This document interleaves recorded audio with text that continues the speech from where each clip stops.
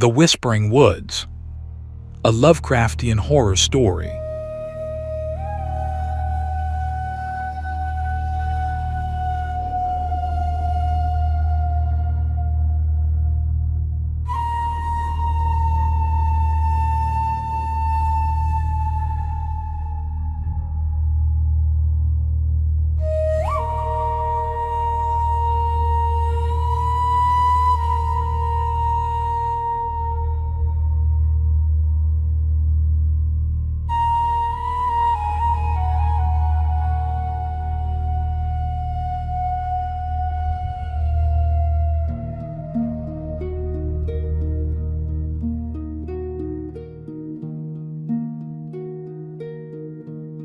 The cabin stood for 50 years.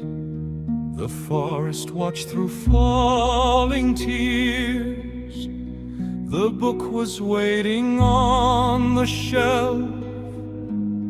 The words were not for you yourself, but you were curious, you were bold. You opened what should not be told.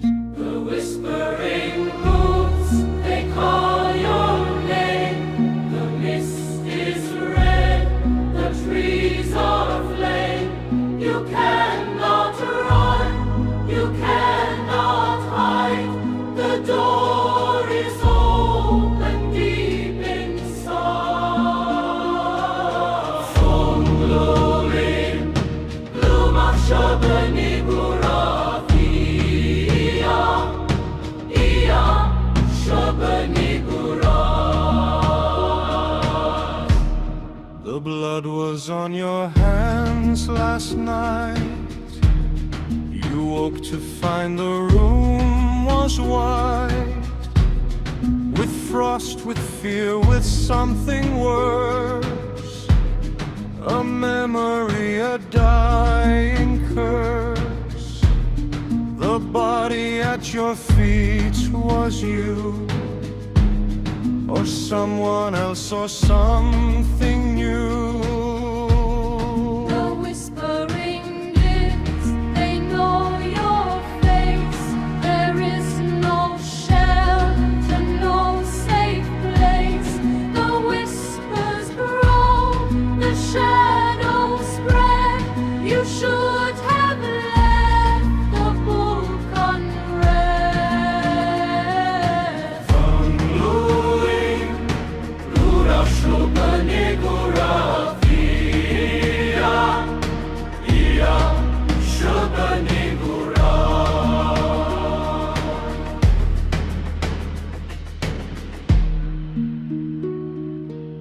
We are patient. We have always been patient. We will see you again soon.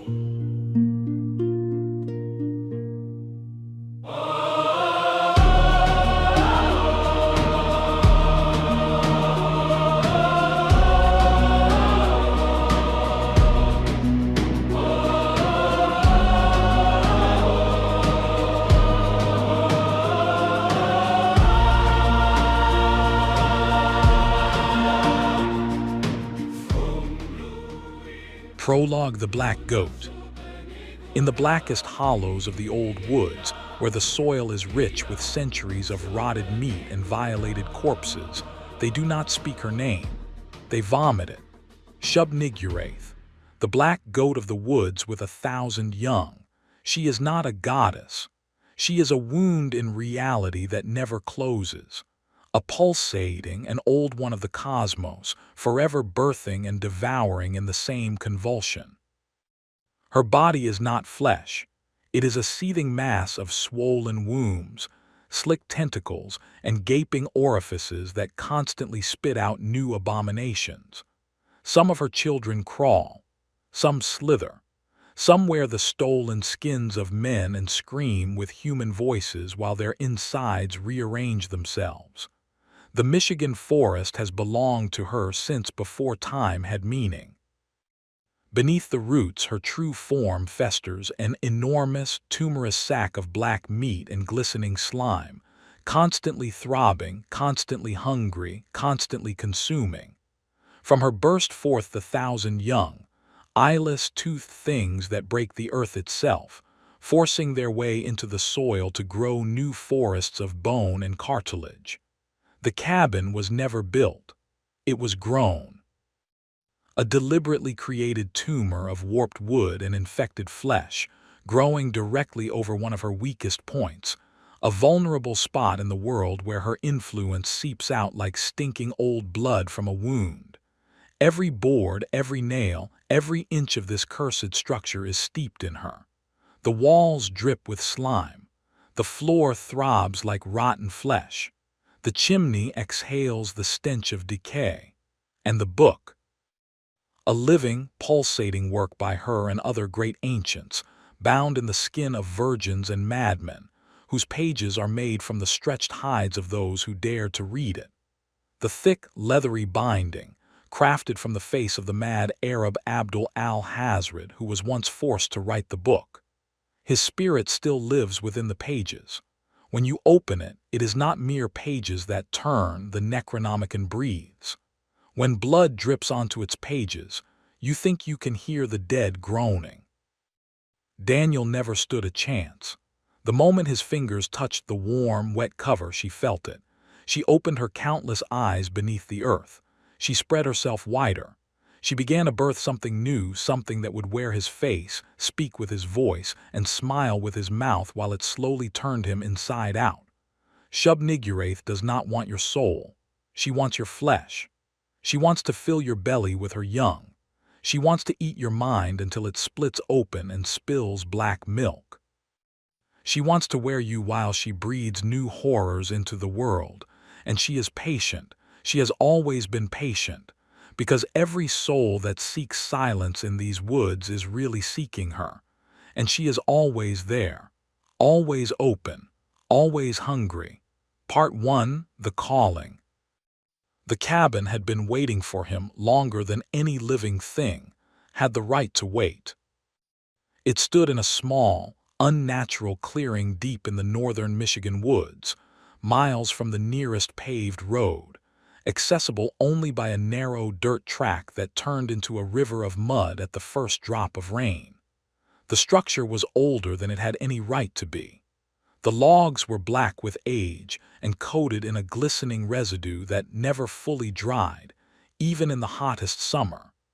Daniel's great-grandfather had not built it in 1923. He had simply found it already standing there, as if the forest itself had pushed it up from the soil like a cancerous growth. No one in the family ever spoke about how the cabin had really come to be. They only spoke about how it felt when you stayed there too long. His grandfather had once told him, late at night when the fire was low and the whiskey bottle was almost empty, that the cabin was not a place you visited. It was a place that visited you. It got inside your head. It learned your fears. And then it used them. Daniel had been 10 years old when he heard that. He had not slept for 3 nights. His grandfather never spoke of it again. Now, at 32, he understood what the old man had meant.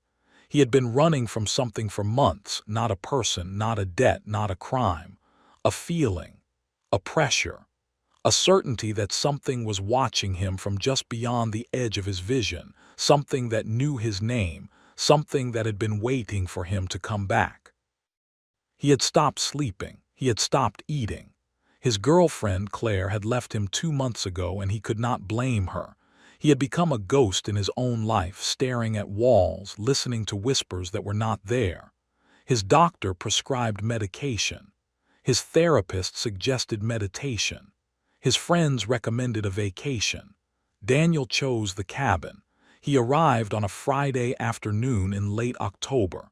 The sky was low and gray, the trees already bare of leaves.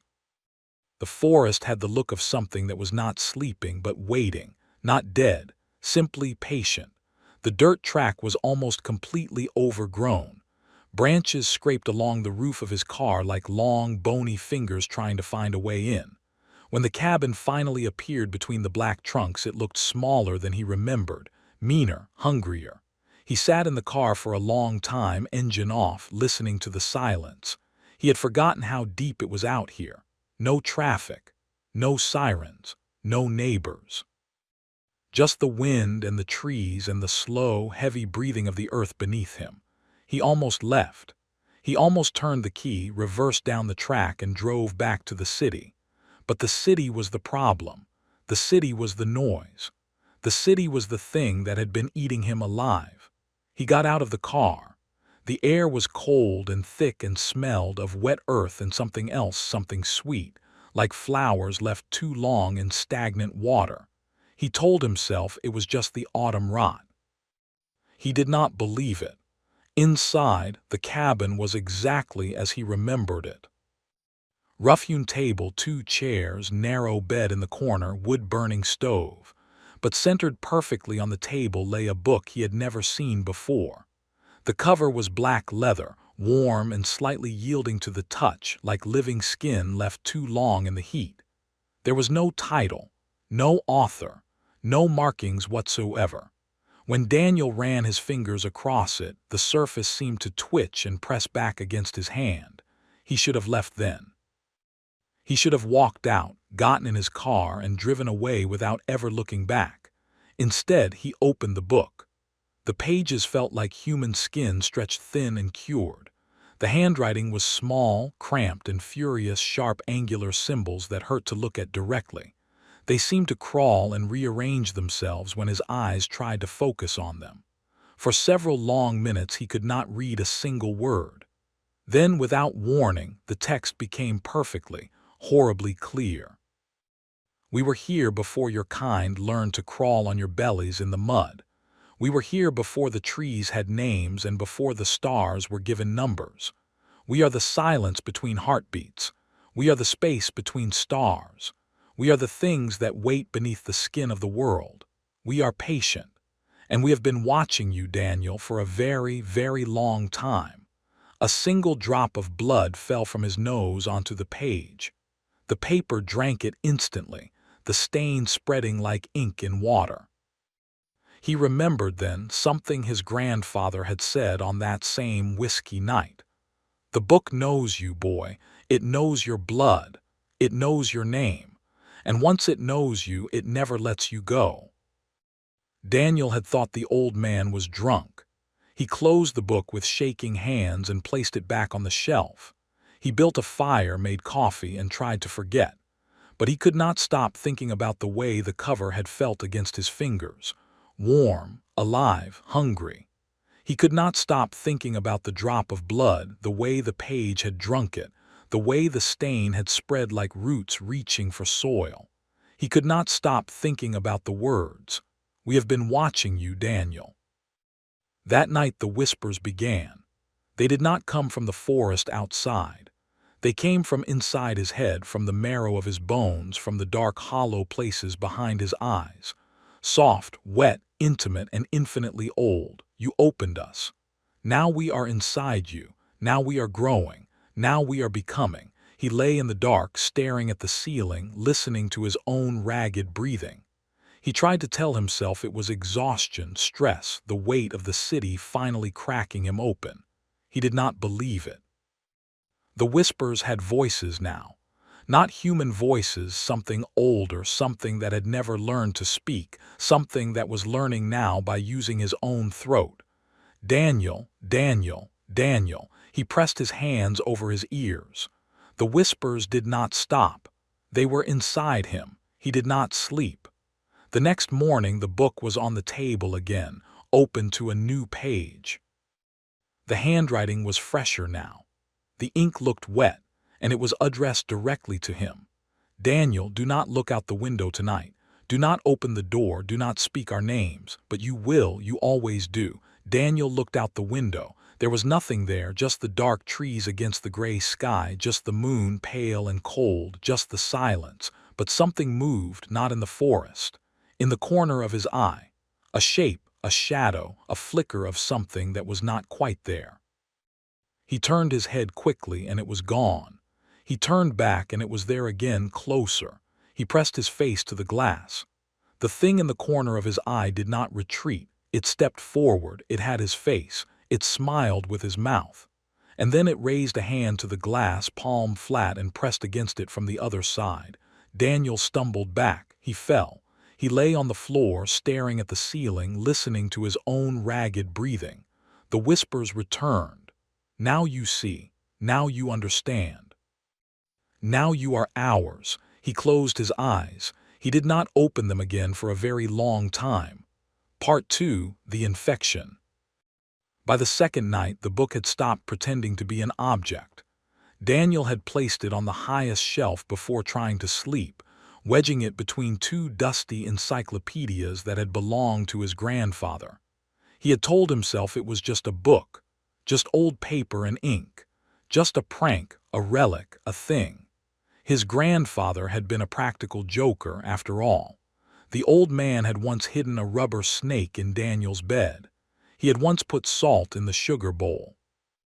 This was probably just another one of his jokes. Daniel almost believed it. He woke up shivering in the freezing cabin to find the book lying open on the table exactly in the center, as though someone had carefully arranged it for him. The encyclopedias were still on the shelf. The book had moved itself. He stared at it for a long time, his breath fogging in the cold air. He thought about his grandfather's face, the way the old man's eyes had looked when he spoke about the cabin. Not afraid, not proud. Something else, something Daniel had never been able to name. Some places are hungry, boy, his grandfather had said once late at night, the fire low, the whiskey bottle almost empty. And some places are patient. This one is both. Daniel had thought the old man was being poetic. Now he was not so sure. The pages were wet, not damp, glistening with a clear, thick fluid that smelled like spoiled meat and overripe honey. The odor filled the cabin, heavy and sweet, sticking to the back of his throat. He gagged. The smell reminded him of something from his childhood, something he could not quite place. A dead deer in the woods, a mouse that had drowned in the sink. The time he had found a bird's nest full of rotting eggs. He approached the book slowly. His legs felt heavy, as if the floor was trying to hold him back. The wood beneath his bare feet was warm and soft, like flesh. It should have been cold. It was October. The cabin had no heating except the stove, but the floor was warm. It was almost hot. The handwriting had changed again. The ink looked fresh, almost pulsing. Some of the symbols were still moving, crawling across the yellowed skin pages like insects beneath a rock. He watched them for a long time, hypnotized by their slow, patient motion. He thought about his mother. She had died when he was 12. Cancer. He had watched her waste away over 6 months, watched the thing inside her grow and grow until there was no room left for her. The doctors had called it a tumor. Daniel had called it a monster. Now, watching the symbols crawl across the page, he felt the same helpless fascination, the same slow dread. He tried to close the book. The cover felt warm, almost fleshy, and it pushed back against his hands with a sickening, living pressure. He could feel it resisting him. He could feel it thinking. When he finally forced it shut, blood welled up from under his fingernails. Not a cut. The blood simply appeared, seeping from beneath the nails as if the book had reached inside him through his hands. He stared at his fingers. The blood was dark, almost black, and it did not stop. It dripped onto the table, onto the floor, onto the open pages that were now closed. His mother's blood had been red, bright red, the color of life leaving. This blood was black, the color of something else. That was when the whispers grew teeth. You opened us, now we are opening you. The voice was inside his skull, sliding between his thoughts like oil. It was no longer soft. It was wet, intimate, and hungry. It sounded like his mother. It sounded like his ex-girlfriend, Claire. It sounded like a child crying in the dark. It sounded like all of them at once. Daniel, Daniel, we have waited so long. Why did you make us wait? Daniel clutched his head. He staggered to the sink, turned the old hand pump and splashed icy water on his face. The pump handle was warm. It should have been cold. Everything was warm now. When he looked up into the cracked mirror, his reflection was smiling even though he wasn't. His left eye twitched violently. Then it rolled back in its socket, showing only white. Then it snapped back into place, staring at him with an expression that was not his own. "Hello, Daniel." He stumbled away from the mirror. He did not look again. He spent the entire day chopping wood with manic energy, trying to exhaust himself. His grandfather had taught him how to swing an axe when he was 7 years old. The old man had stood behind him, hands over his, guiding the blade into the log. "Feel the wood, boy. Don't fight it. Let it tell you where to cut." The axe rose and fell, rose and fell. Every time the blade bit into the wood, he heard a wet sound like meat being cut. He tried not to think about it. He tried not to think about anything. His grandfather had been dead for 15 years. Lung cancer. The old man had smoked since he was 14, and his lungs had turned to ash long before his heart stopped. Daniel had watched him die, too. He had watched 2 people he loved waste away, eaten from the inside by things they could not control. Now something was eating him. He swung the axe harder, the blade bit deep into the log, and the log bled. Not sap, blood, dark, thick black blood that oozed from the wound and dripped onto the snow. Daniel stared at it. He dropped the axe. He looked at his arms. They were covered in deep, ragged cuts. He didn't remember cutting himself. He didn't remember feeling pain. But there they were, long gashes running from his wrists to his elbows, weeping blood that was not all red. Some of it was black. Some of it was thick like syrup. Some of it moved. He watched a drop of black blood slide down his forearm. It did not fall. It crawled. It crawled up his arm against gravity toward his shoulder, toward his chest, toward his heart. He tried to wipe it off. It sank into his skin. He felt it spread inside him, cold and warm at the same time, like ice melting in hot water. We are already inside. We are already growing. We are already becoming you. That night he tried to burn the book. He built the fire high in the wood stove until the iron glowed red. He added kindling, then logs, then more logs. The heat was immense, warping the air above the stove. He could barely stand to be in the same room. His grandfather had taught him to build fires, too. "Start small, boy. Let the flame grow on its own. Don't rush it. Fire is patient." Daniel was not patient. He was desperate. He threw the book into the flames. The fire turned black. The flames didn't consume the book. They recoiled from it. They bent away, curling back from the cover as if afraid. The pages opened by themselves inside the stove, and the symbols glowed with a sickly green light. Daniel watched in horror as the black fire crawled up his arms like living oil. It didn't burn him with heat. It burned him with cold, a deep, bone-freezing cold that made his skin split open in long, bloodless fissures. He could see the muscle beneath. He could see something else moving there, something that did not belong. It had too many joints. It had too many eyes. It had too many mouths, all of them smiling. He screamed and beat at his arms, but the fire only laughed with 1,000 wet voices. "We are already inside. We are already growing. We are already becoming you. You invited us, Daniel. You opened the book. You read our names. You are ours." By the 3rd night, the cabin itself had begun to change. The walls were sweating dark, oily droplets that ran upward toward the ceiling. Gravity had reversed for the cabin's fluids. Daniel watched a bead of black oil crawl up the wall, defying everything he knew about the world. The floorboards had become soft and warm, pulsing slowly beneath his bare feet like the belly of an enormous animal. When he walked, the wood seemed to ripple. He could feel the floor breathing. He could feel it digesting. Small mouths had appeared in the corners where the walls met the floor, tiny, toothless things that whispered his name when he passed. They had no lips. They had no tongues. They simply opened and closed, making soft, wet sounds. Daniel, Daniel, Daniel. He sat at the table, staring at the open book. He had not opened it. It had opened itself. It had been waiting for him. His hands moved without his permission. They turned the pages slowly, lovingly. The symbols no longer hurt to look at. They felt like home. They felt like his mother's voice. They felt like the first breath of spring. They felt like death. He thought about Claire. She had left him 2 months ago, and he could not blame her.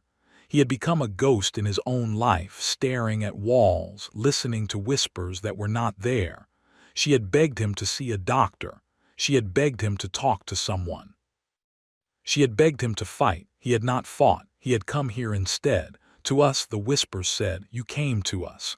He began reading aloud. The words cut his throat as they left his mouth. Blood ran down his chin and dripped onto the pages where it was eagerly absorbed. With every sentence, he felt something wet and cold slither deeper into his mind. It was not painful. That was the worst part. It was warm. It was welcoming. It was like sinking into a hot bath after a long, cold day. It was like falling asleep in his mother's arms. It was like the moment before death, when all the pain stops and there is only peace. He did not want it to stop. On the 4th night, he woke up on the floor with his own intestines in his hands. He had opened his own stomach while sleepwalking. The wound was strangely clean, no jagged edges, no torn flesh. Just a neat surgical incision running from his sternum to his navel. No pain. Only a dull, distant fascination as he watched his guts slowly slide across the pulsing floorboards. The whispers comforted him. "It is necessary. You must make room. We are many. You are only one, but soon you will be many too." He thought about his mother again, about the tumor that had grown inside her, taking up space, pushing aside her organs, making room for itself. He had hated that tumor. He had wished he could cut it out of her himself. Now he was cutting himself open. Now he was making room. He pushed his hands deeper inside himself, making space. His fingers found something hard and smooth and warm, something that should not have been there. It pulsed in his grip like a second heart. He held it. He did not let go. "Good boy," the whispers said. Good boy. His grandfather had called him that. "Good boy, Daniel. You learn fast. You're a natural." He had wanted to make the old man proud. Now he was making something else proud. When morning came, the wound was gone. His stomach was whole again, not even a scar remaining. But something was moving beneath his skin now, something with too many joints that shifted when he pressed on it. He could feel it curling around his spine. He could feel it stretching into his limbs. He could feel it tasting his blood, learning his body, making itself at home. He smiled. The book was proud of him. Part 3, The Consumption. By the 5th night, Daniel no longer knew where he ended and the cabin began. The walls had fully awakened. They breathed in slow, wet rhythms, expanding and contracting like lungs made of rotting wood and flesh. Dark veins pulsed beneath the surface, carrying something thick and black that sometimes pressed outward, creating temporary faces that screamed silently before sinking back in. The floor no longer creaked. It squelched. Daniel sat at the table, naked, covered in dried blood and fresh cuts. His left arm had been skinned from elbow to wrist. The exposed muscle glistened wetly in the lantern light. He didn't remember doing it, but the knife in his right hand was still dripping. He thought about his grandfather. The old man had taught him how to clean a fish when he was 7 years old. They had caught a trout together in the creek behind the cabin, a fat, silver thing that fought hard until the very end. His grandfather had held it down with one hand and shown Daniel how to run the blade along the skin, how to peel it away from the flesh in one smooth motion. "Steady hands, boy. Don't rush. Let the knife do the work." Daniel's hands had been steady. The knife had done its work. He looked at his arm. The muscle beneath the skin was red and wet. He could see it twitching. He could feel something moving deeper inside, something that was not muscle, something that had too many legs. "You're a natural, Daniel," his grandfather had said, watching him clean that first fish. "You've got the touch. You're a good boy." Daniel had wanted to be good. He had always wanted to be good. He had wanted to be good for his grandfather, for his mother, for Claire, for everyone who had ever looked at him with hope in their eyes. He had failed them all. He looked at his arm again. The thing inside him shifted and he felt it smile. The Necronomicon lay open before him like an eager lover. Its pages were no longer yellowed paper. They were pale skin, human skin, stretched tight. He wondered whose. He wondered if it mattered. The symbols moved constantly now, crawling across the living pages like black centipedes, like the thing inside him, like the things that had been waiting under his skin since the moment he touched the cover. When Daniel placed his bleeding hand on the book, the symbols swarmed toward his fingers and began burrowing under his nails. The pain was exquisite. He remembered his mother's face when the chemo stopped working. He had been 12 years old, sitting in a plastic chair beside her hospital bed, holding her hand.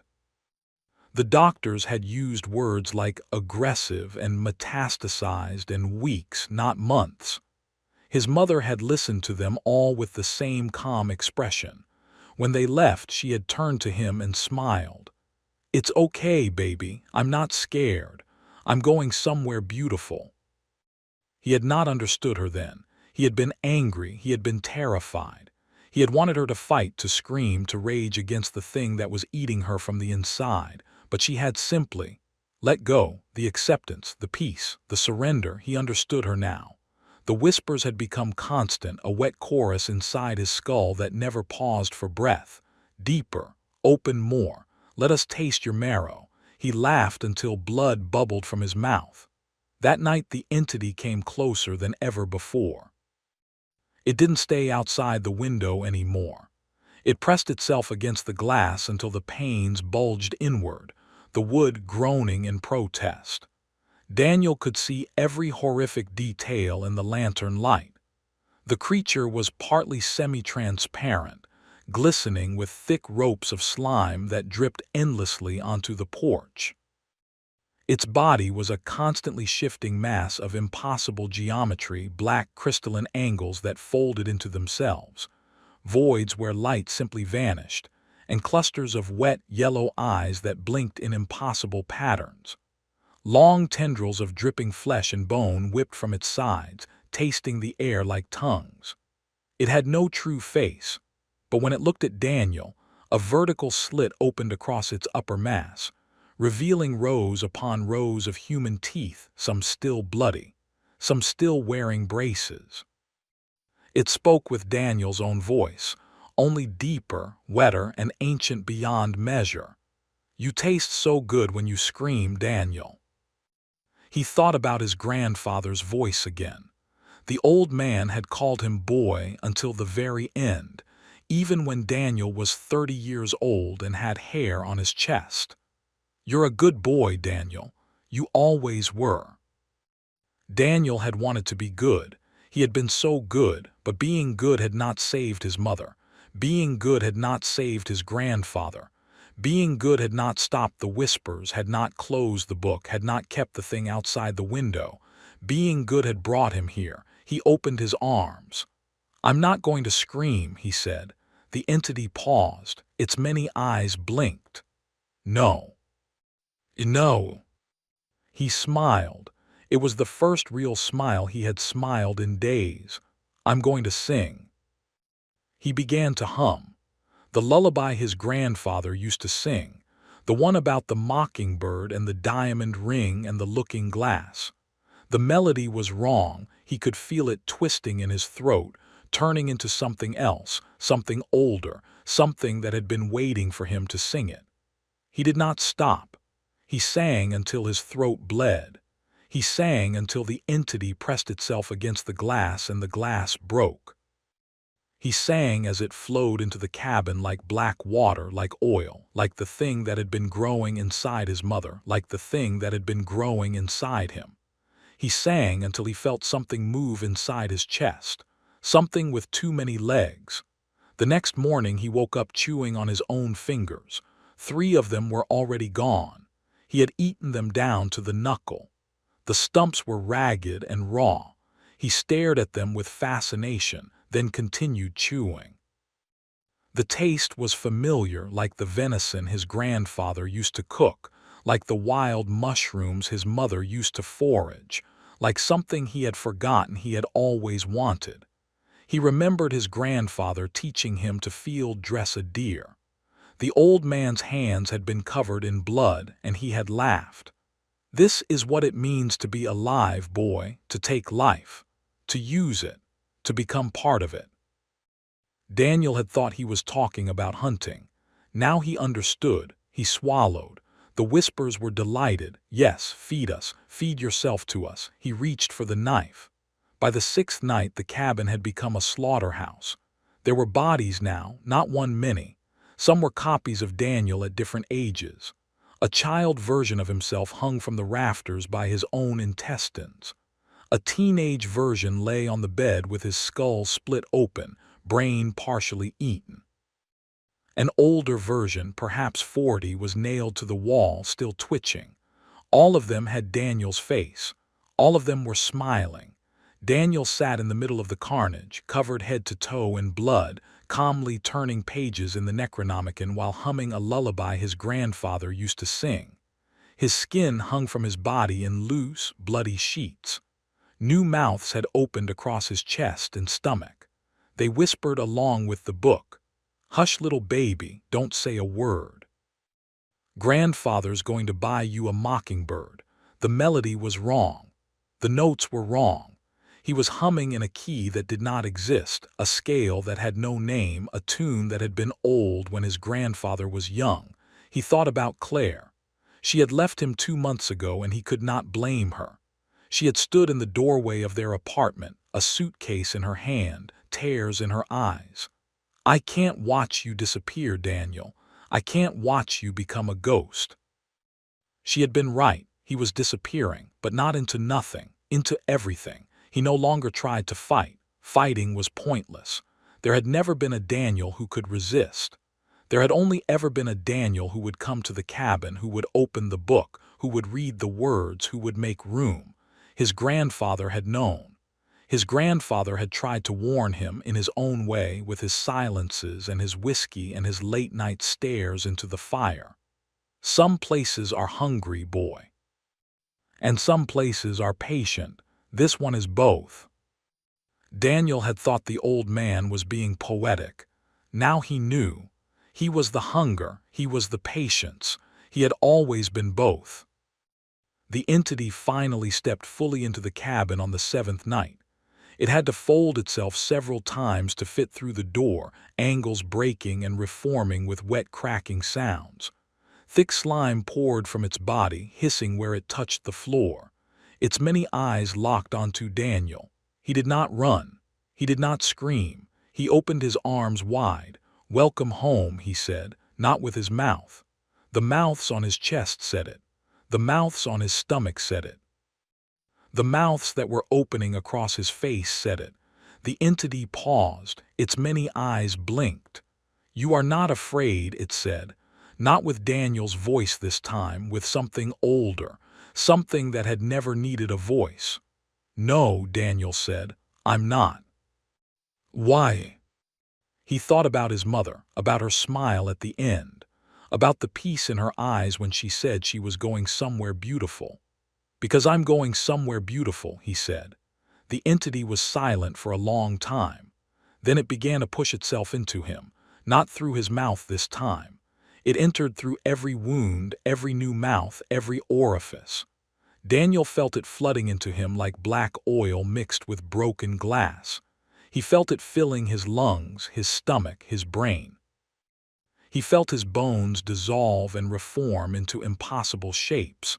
He felt his eyes burst and new clusters of eyes grow in their place. The pain was infinite. The ecstasy was greater.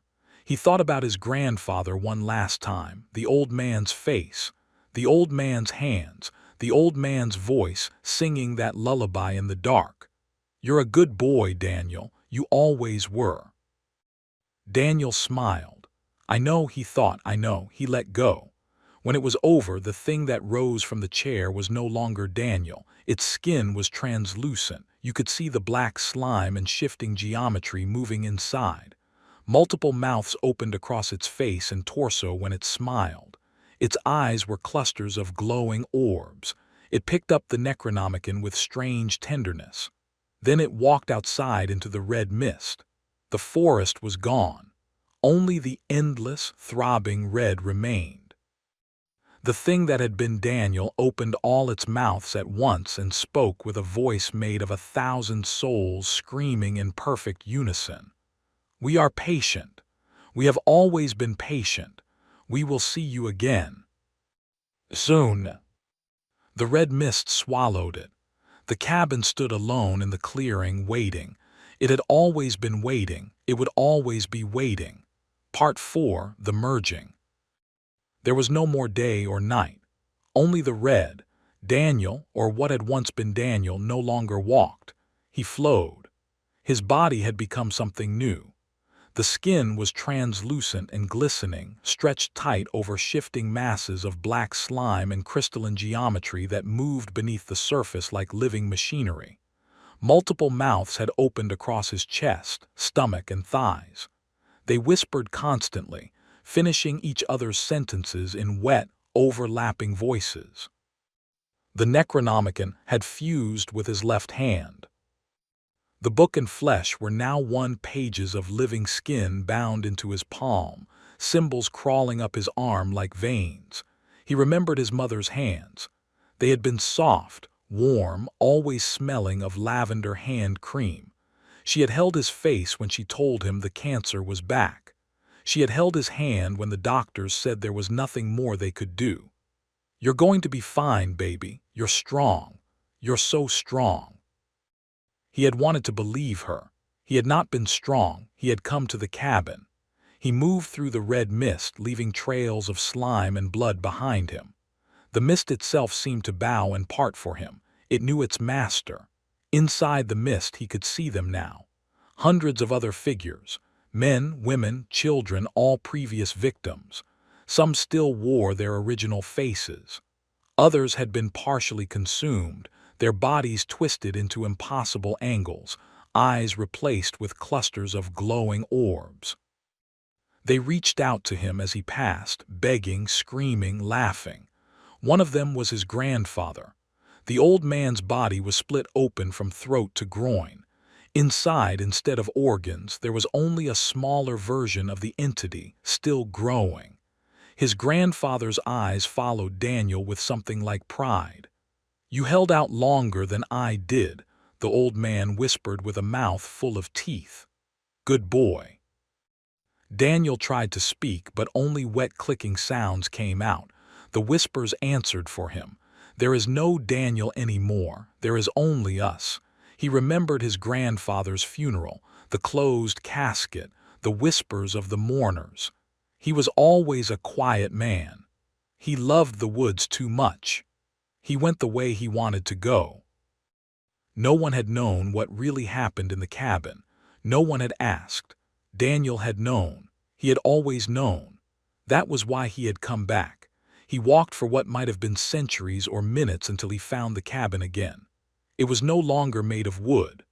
The walls were now formed from compressed human bodies fused together, still alive, still conscious. Arms and legs protruded at wrong angles. Faces pressed outward from the walls, mouths open in eternal silent screams. The roof was made of intertwined intestines. The chimney breathed. Daniel stepped inside. He remembered the first time his grandfather had brought him here. He had been 7 years old. The cabin had seemed magical then, a place out of time, hidden from the world. He had loved the smell of the old wood, the crackle of the fire, the sound of his grandfather's voice telling stories. "This place is special, boy. It's been in our family for generations. It's seen things. It remembers things. Daniel had thought he meant happy things. The interior had become a cathedral of flesh and geometry. The table was a spine. The chairs were ribcage. The bed was a pulsing mass of lungs. In the center of the room where the stove had once been, there was now a vertical slit in reality, a wound in the world itself. Through it, Daniel could see the true forest. Not trees, endless towers of black crystalline flesh stretching upward into a sky with too many moons. Rivers of slime flowed between them. Things the size of mountains moved slowly in the distance, their bodies folding through dimensions humans were never meant to perceive. He remembered his mother's face the last time he saw her alive. She had been so thin, so pale, but her eyes had been bright.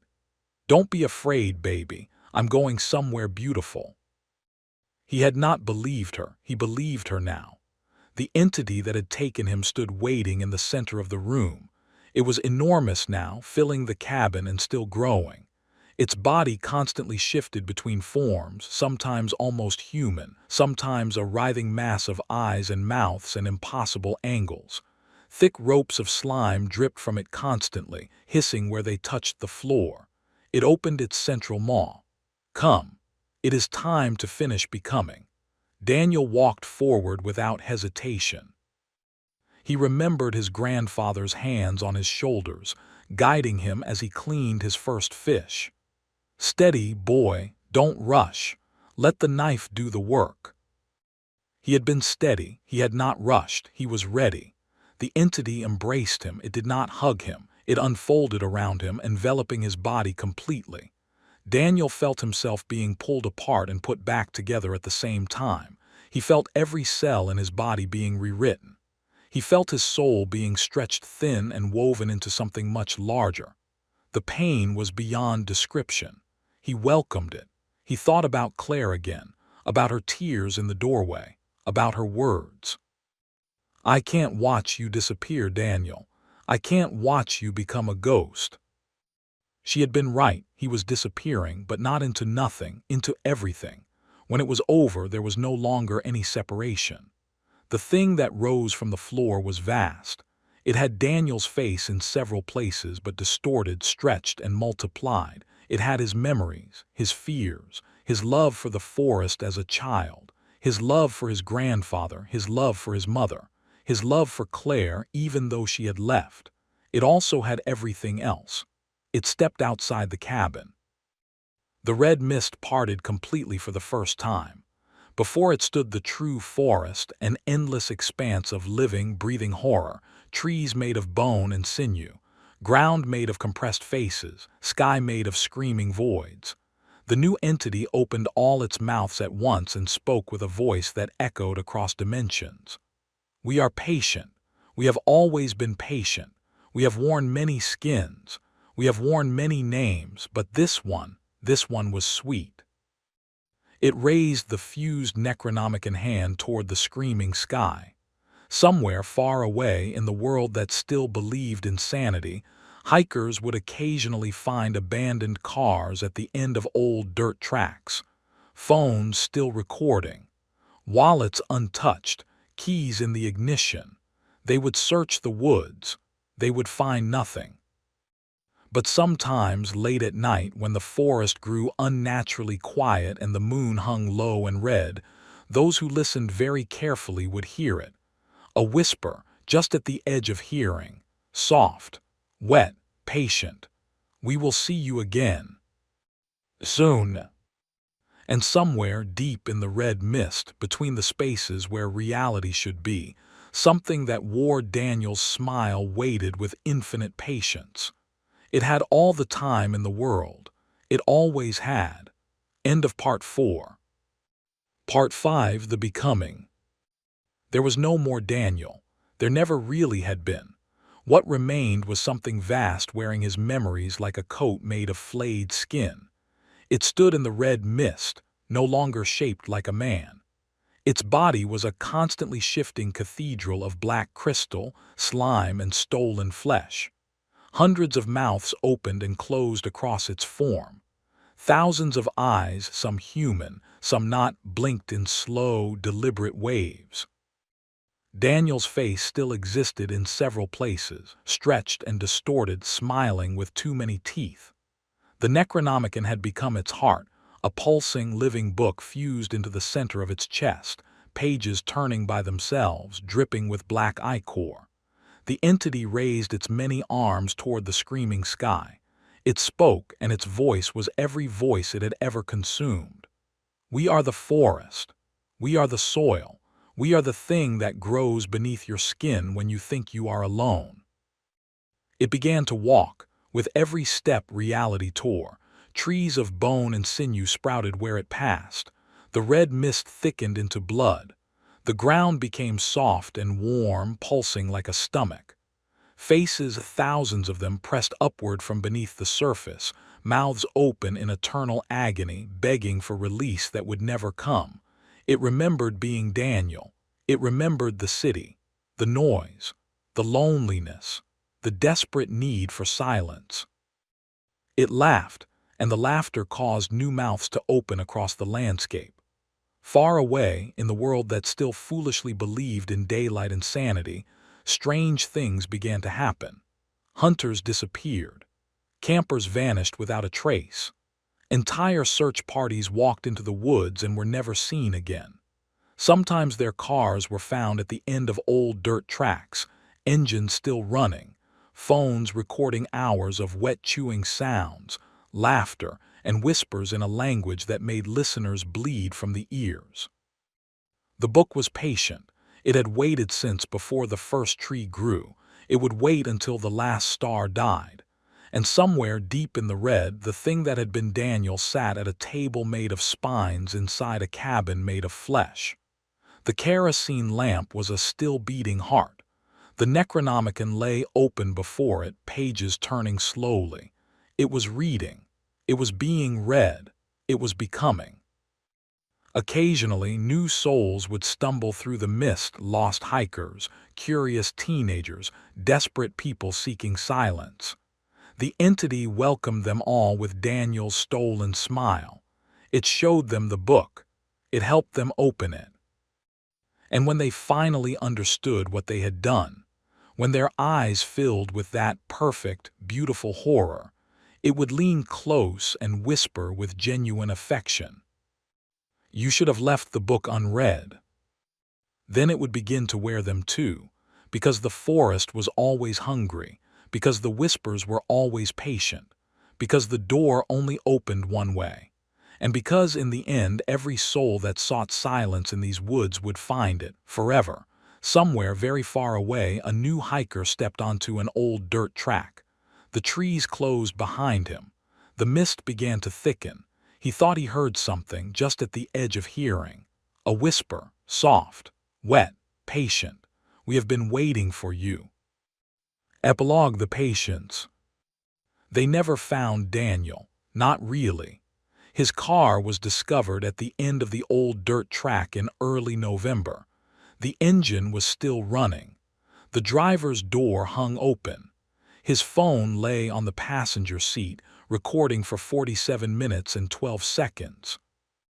The last 23 minutes contained only wet-chewing sounds, soft laughter, and a voice that was Daniel's but also wasn't, speaking slowly in a language that made 3 different officers retire within a month and one later hang himself in his garage.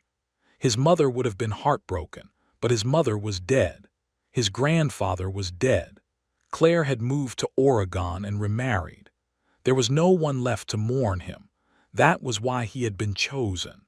The search lasted 11 days.